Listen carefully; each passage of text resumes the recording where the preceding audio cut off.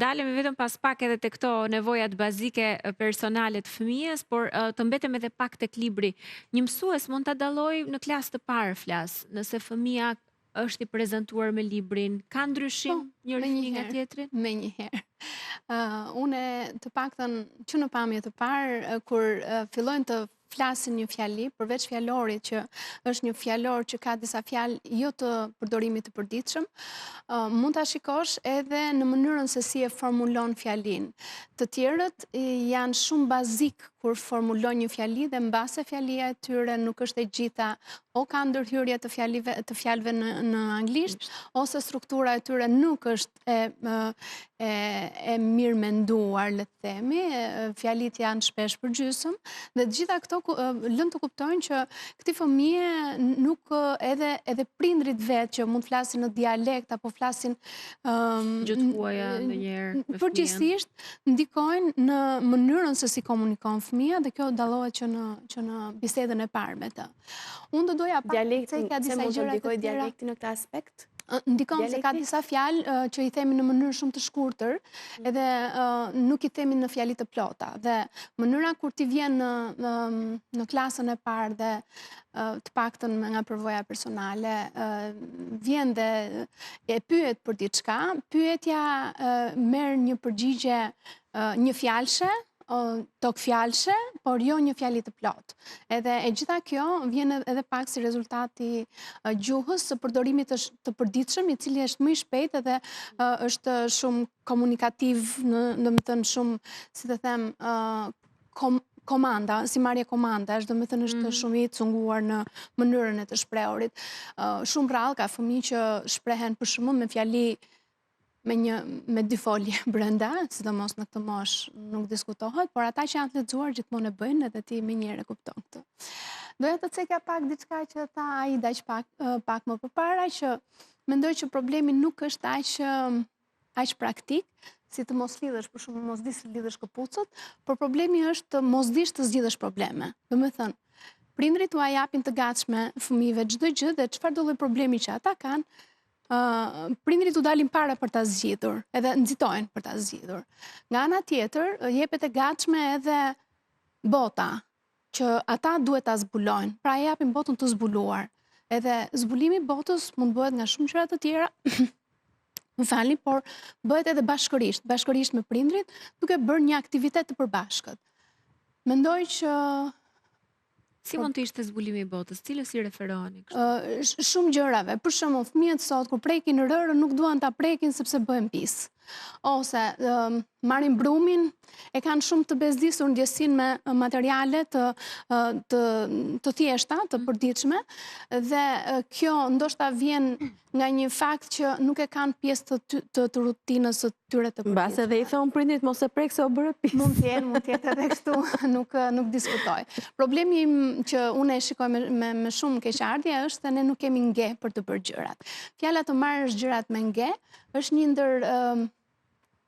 një ndër kyçet, sepse ne vrapojmë në këtë jetën shumë të larmishme dhe shumë që është bërë tashmë si një vrundull e madhe që duhet kapim çdo kohë për çdo gjë. Vrapojmë të kemi mirëqenie, që të makinën ta kemi me buton, që ta kemi pa marshe, etj. Të njëjtën gjë bëjmë edhe për fëmijët tanë që ua lehtësojmë gjërat. Dhe nga ana tjetër, ua zëm kohën fëmijëve me shumë aktivitete të tjera jashtë shtëpisë, ama kur vjen puna për brenda shtëpisë, çdo gjë bëhet jo bashk. Në sensin, nëse ne i themi fëmijëve sot për shembull që lexoje një libër, kjo është në formë urdhërore, është diktuese dhe nuk thot hajde ta lexojmë një libër. Dhe njëjta gjë ndodh për shembull për bërjen një keku, bërjen e një byreku, qepje në një kopse, apo gjëra të tilla që janë pjesë të artit, ose të themi artit shtëpiak, ose artizanatit, dhe duken si gjëra gjyshrish. Por, koha e kaluar bashkë me fëmijën është më cilësorja e mundme, sepse gjatë kësaj kohe ne bëjmë një bisedë. Ashtu siç për shembull kur jemi të rritur, zgjedhim të shkojmë në palestër dhe nuk zgjedhim të bëjmë një shëtitje në të cilën ne fillojmë reflektojmë edhe bëjmë një bisedë të gjatë me veten. Mungesa e bisedës midis prindit e fëmijës bën atë që ata nuk e zbulojnë veten e tyre. Duke mos e zbuluar veten e tyre, ata bëhen njerëz që janë shumë të çorientuar dhe nuk dinë se çfarë duan. Po të pyesësh një fëmijë për shembull të klasës së tretë se cila është ëndra jote, thot nuk e di. Shkon në klasën 11, përsëri përgjigjet nuk e di, ndërkohë që është koha që të zgjedhin se çfarë profesioni do marrin. Janë fëmijë pa ëndra, se është bërë çdo gjë gati, janë fëmijë pa aftësi, sepse siç u thanë edhe nga studimi, pa aftësi praktike, sepse u është bërë çdo gjë gati.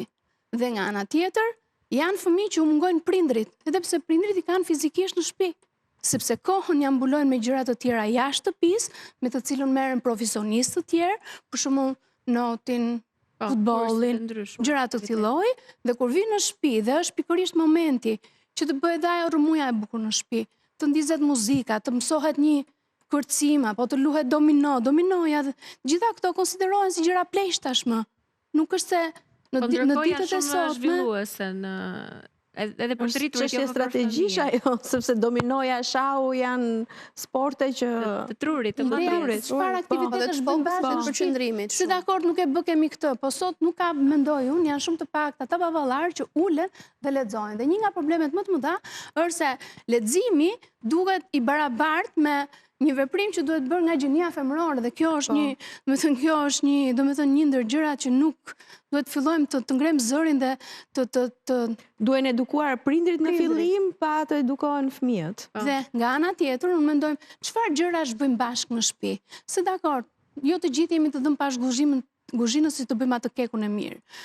Jo të gjithë jemi të dhënë bas florave apo gjërave të tjera. Ama duhet të gjejmë aktivitete të cilat na afrohen me pasionet tona në mënyrë që ne t'i ndajmë me fëmijët këto gjërat, sepse kemi përshtypjen që do bëjmë profesionistë shumë të mirë, por jo njerëz të mirë. Pra ne i çojmë në shkolla dhe çdo gjë shkruaj, bëj detyrën, mësoj etj. Dhe kur vjen fundi, vlerat njerëzore që duhet të përçohen përsëpari nga familja, dhe kjo përçohet nëpërmjet shembullin, nëpërmjet aktivitetet të përbashkët etj.